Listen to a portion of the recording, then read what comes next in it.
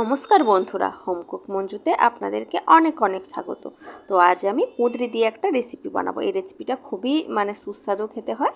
তো রেসিপিটা দেখুন, পুরোটা জানতে পারবেন। তো আলু আর কুঁদরিটা আমি কীরমভাবে কেটেছি এটা নিশ্চয়ই আপনারা দেখেছেন। তো এরপর আমি কড়াইতে কিছুটা তেল গরম করতে দিয়েছি, সরষের তেল। সরষের তেলটা গরম হয়ে যাওয়ার পর এর মধ্যে আমি একটা শুকনো লঙ্কা আর কিছুটা পাঁচফোড়ন দিলাম। এটা একটু ফুটে ওঠার পর আমি আলুগুলোকে এর মধ্যে দিয়ে নিচ্ছি।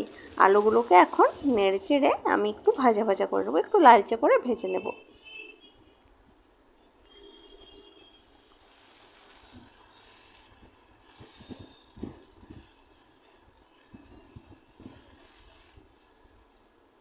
তো আলুটা আমার লালচে লালচে করে কিন্তু ভাজা হয়ে গেছে। এরপর আমি এর মধ্যে কুঁদরিটা দিয়ে দিলাম।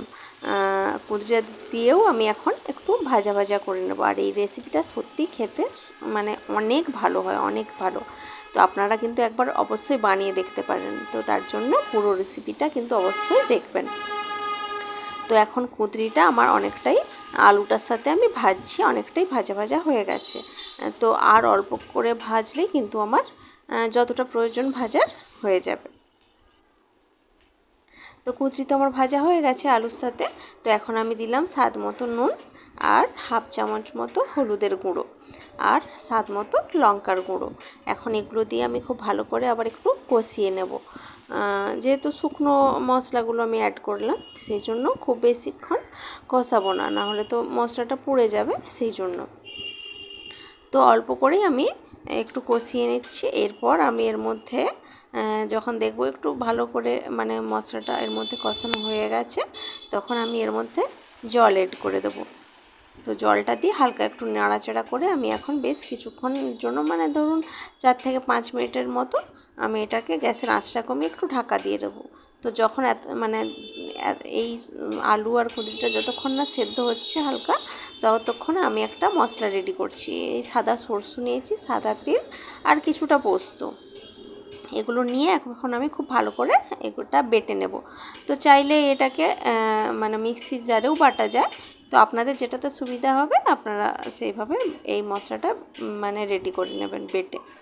তো মশলাটা বেটে নেওয়ার পর আমি 4 থেকে 5 মিনিটের মতো হয়ে গেছে। এখন আমি খুলে দেখলাম যে আমার কিন্তু যে জলটা দিয়েছিলাম সেটা কিন্তু অনেকটাই শুকনো শুকনো হয়ে গেছে, আর আলু কুঁদরিটাও কিন্তু অনেকটাই সেদ্ধ হয়ে গেছে। তো এই মুহূর্তে আমি এইটা যে মশলাটা রেডি করেছি এটা দিচ্ছি। সরষে তিল আর পোস্তর যে বাটাটা সেটা দিলাম, এবং তার সাথে বাটি ধোয়া জলটাও দিয়ে দিলাম। এখন এটাকে আমি একটু ভালো করে একটু নেড়ে চেড়ে নিচ্ছি।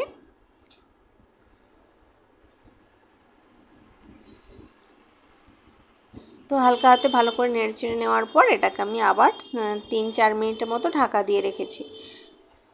দেখুন 3-4 মিনিট মতো পর আমি ঢাকনাটা খুললাম, এবং তখন আমার রান্নাটা দেখতে কিন্তু এরকম হয়েছে। আর এটা কিন্তু গরম ভাতের সাথে খেতেও কিন্তু খুবই ভালো লাগে। তো আর একটু নাড়াচাড়া করেই আমি এটা নামিয়ে নেব।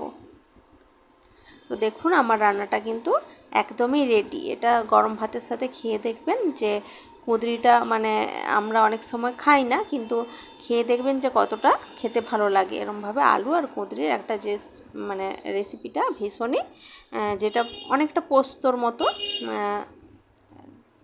সেখানে পোস্ত, তিল, সরষে সমস্ত অনেক কিছু দিয়েই এটা বানানো হয়েছে, এবং তার জন্য টেস্টটাও কিন্তু ভীষণই ভালো আসবে। তো যদি আমার এই রেসিপিটা আপনাদের ভালো লাগে, প্লিজ লাইক, কমেন্ট, শেয়ার এবং সাবস্ক্রাইব করে আমার পাশে থাকবেন। তো আজকের মতো বাই বাই, দেখা হচ্ছে অন্য কোনো দিন অন্য কোনো ভিডিওতে।